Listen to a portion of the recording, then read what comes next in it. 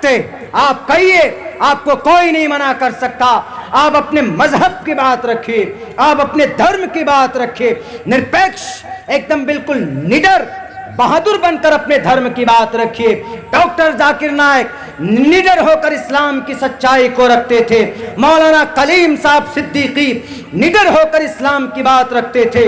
वक्ती तौर पर परेशानी उनके पास आई है, लेकिन ज्यादा देर तक ये परेशानियां, ये जालिम अपने ताकत की वजह से जो दंदना रहे हैं, इनकी ताकत हमेशा नहीं रहने वाली। आज सत्ता इनके पास, कल किसी और के पास सत्ता होगा। ताकत इनके पास है, कल किसी और के पास ताकत होगी। इज्जतें बनती बिगड़ती है, सरकार बन आती और जाती है, लेकिन अल्लाह की ताकत हमेशा से थी, अल्लाह की ताकत है और क़यामत तक to the day of judgement the सर्वशक्तिमान अद्धा देव महान अल्लाह तबारक व ताला की ताकत बाकी रहेगी।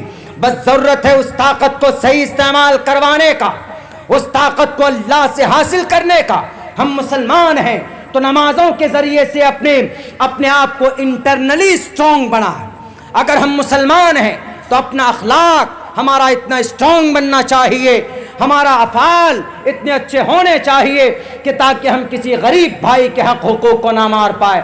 यहाँ तो एक मुसलमान दूसरे मुसलमान के गला काटने के दर पे, एक भाई दूसरे भाई की ज़मीन को हड़पने के दर पे। मेरे भाइयों, ये बिल्कुल नहीं होना चाहिए। हम अपने पैरों पे पहले खुद कुल्हाड़ी मारते हैं, तब जाकर आप पर दूसरे और अगयार आपके ऊपर हमला करते हैं। हमें मोहम्मद रसूलुल्लाह की सीरत उठाकर देखने की ज़रूरत। मोहम्मद रसूलुल्लाह नरम भी थे, सख्त भी थे, बहादुर भी थे। कान अश्वमा शुगमा रूहा देवदत्तम जगतपति।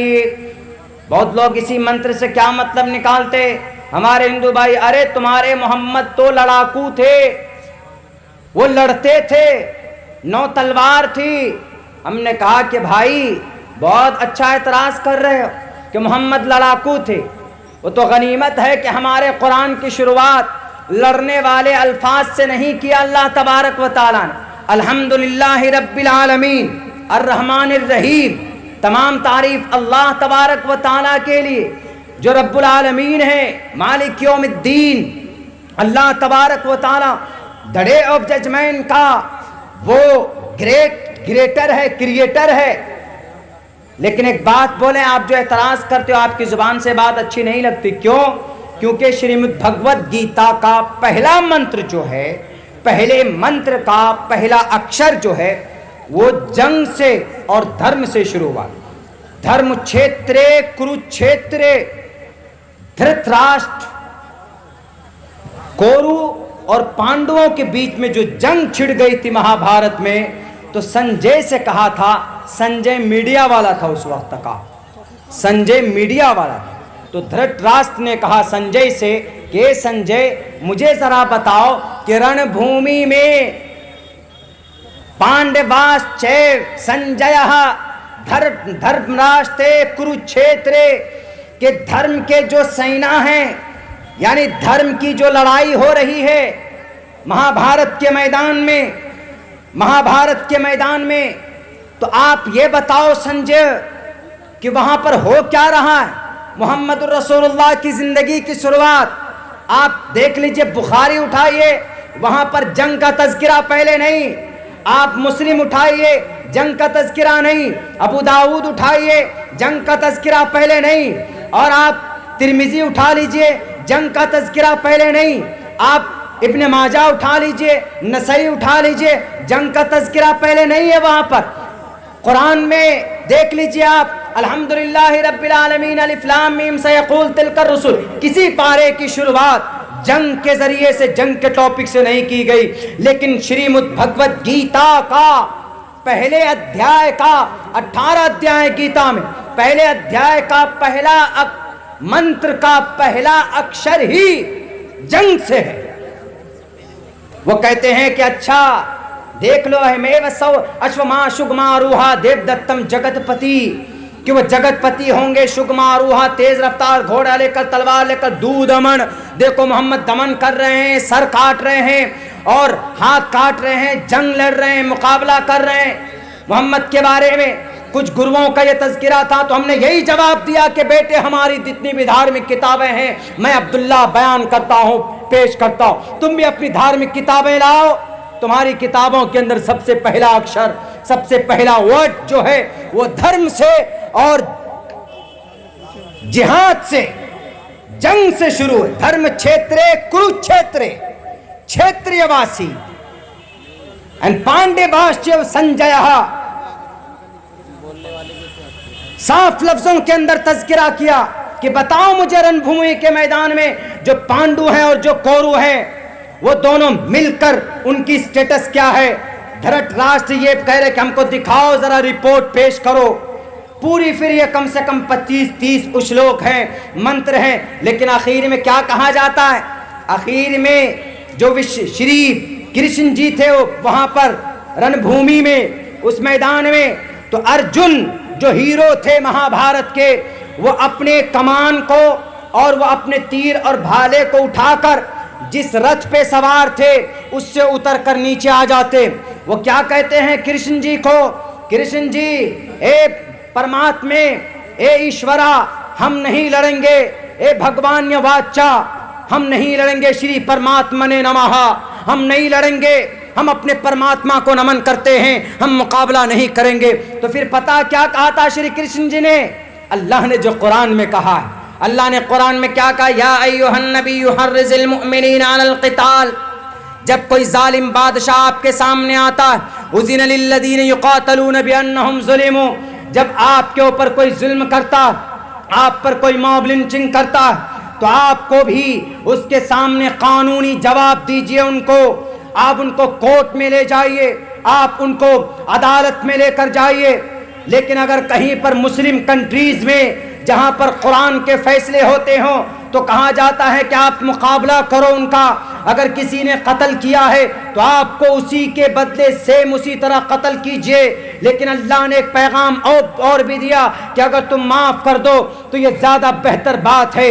मेरे भाइयों, वहाँ पर मोहम्मद रसूलुल्लाह को अल्लाह की तरफ से जालिमों के खिलाफ लड़ने की तरगीब दी जाती है। ए नबी, उठ जाइए, जालिमों का मुकाबला कीजिए, वरना यह आपके बच्चों को, आपकी बीवियों को, आपके समाज के नौजवानों को ये ज़िबा कर देंगे जैसे फिरौन ने किया था। या अय्युहन नबिय्यु हर्रिज़िल मुअमिनीना अलल क़िताल। हमारे कुरान के इस आयत पर एतराज़ है तो पूछे श्री कृष्ण जी से। श्री कृष्ण जी ने कहा था, मुझे वो पूरा मंत्र याद नहीं है, बल्कि स्लेप्यम प्रास्मगः कहा गया उसमें कि अर्जुन उठो, नपुंसकता को मत प्राप्त हो, बुज़दिल मत बनो। अगर तुम बुज़दिल बनोगे तो तुम कभी स्वर्ग नहीं जा सकते। वो गलत है, अगर वो जिंदा रहे तो तुम्हारी नस्ल को बर्बाद कर देंगे।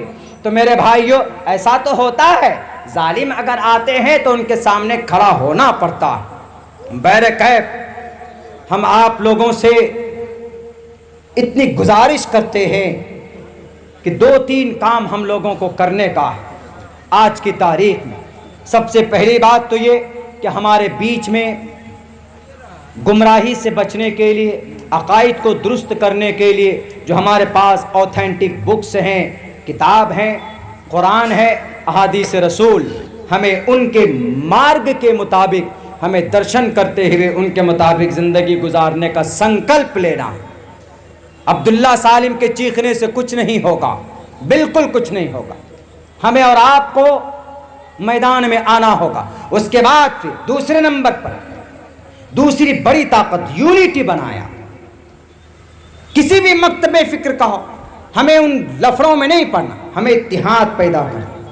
अगर हम मुसलमान एक प्लेटफॉर्म पर होते तो हमारे मुस्लिम धर्म गुरुओं की जो गिरफ्तारी हो रही है, चाहे वो डॉक्टर जाकिर नायक हैं जो आउट ऑफ इंडिया हैं, चाहे मौलाना कलीम साहब हैं, या मौलाना मुफ्ती अब्दुल समी साहब हैं, या मौलाना और भी बहुत सारे हमारे ऐसे उलमाए किराम हैं जो मदारिस जिनको शक की बुनियाद पर उठाया गया है, अगर हम मुत्तहिद हो जाएं तो फिर उन्हें बहुत दिन तक नहीं रख सकते। वो 2.5 से 3% है। कौन?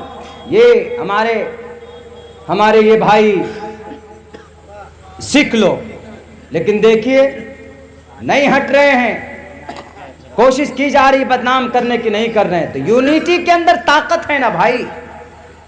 तो दूसरी चीज़ इत्तिहाद बनाइए। तीसरी चीज़ क्या है? तीसरी चीज़ ये है कि अपने आने वाली नस्ल को, जो बच्चे हैं हमारे, उनको पढ़ाइए खुदारा। मकतब में भी तालीम दीजिए, महर जलसों में ये बात कहता हूँ, मकतब में भी तालीम दीजिए, मॉडर्न तालीम दीजिए आप अपने बच्चों को। ज़माना ये है कि अपने बच्चों को मॉडर्न तालीम देना होगा। उनको बताइए कि बेटा, उनको पढ़वाइए कि संविधान क्या, आईन क्या, दफात क्या, तुम्हारा हक हुकूक क्या।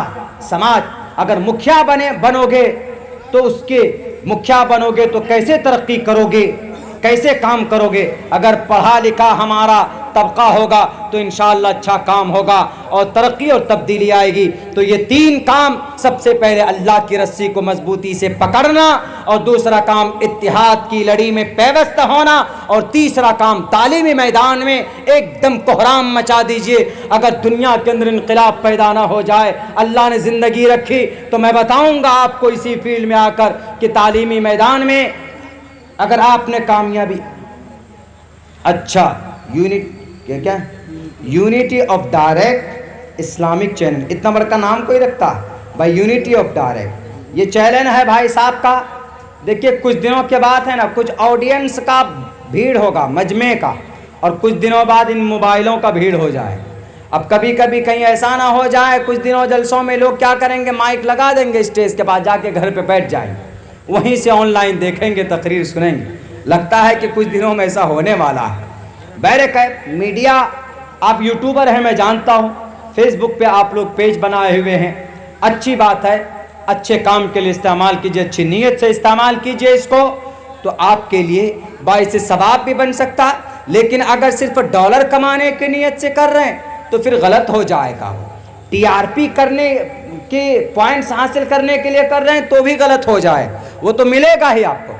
लेकिन आप इन्नमल आमालु बिन्नियात, deeds will be judged by the intention. आपकी नीयत जैसी होगी रिजल्ट आपको वैसा ही मिलेगा।